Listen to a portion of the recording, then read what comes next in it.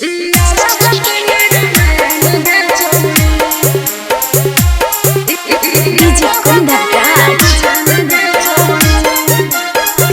Recording studio Ekangar सराय।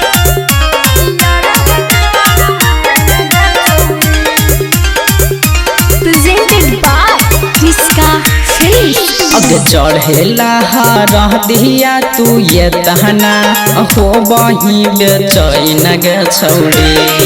अगे चढ़ेला रह दिया तू ये तहना हो बही बेचैन गे छौड़ी।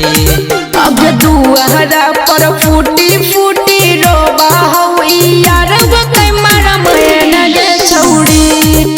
अब दुआरा पर फूटी फूटी रोबा हो यार गई मारा मैन गे छौड़ी। अगे ए तहना तू कैसे बदल निज मिला बही नैन गे छौड़ी। अगे ए तहना तू कैसे बदल निज मिला बही नैन गे छौड़ी। अब दुआरा पर फूटी फूटी रोबा हो यार गई मारा मैन गे छौड़ी। अब दुआरा पर फूटी फूटी रोबा हो यार गई मारा मैन गे छौड़ी।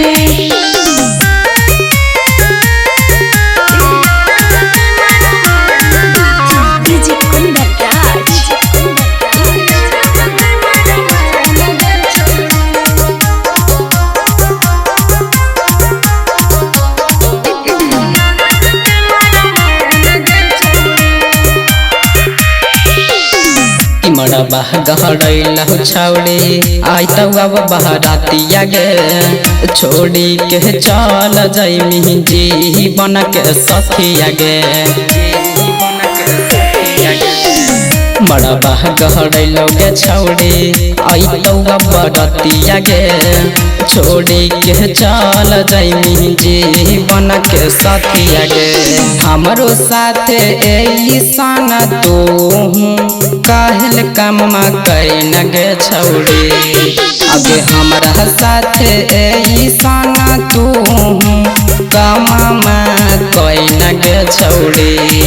अगे दुआरा पर फूटी फूटी रोबा यार गई मारा मैन गे छौड़ी। अगे दुआरा पर फूटी फूटी रोबा यार गई मारा मैन गे छौड़ी।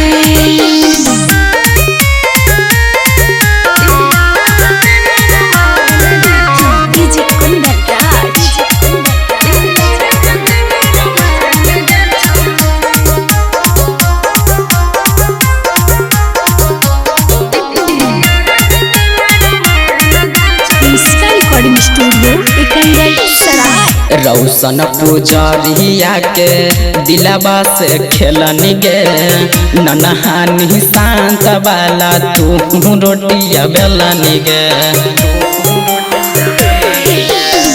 डीजे कुंदन हमा के दिलवा से खेलनी गे ननहानी शांत वाला तू रोटिया बेलनी गे।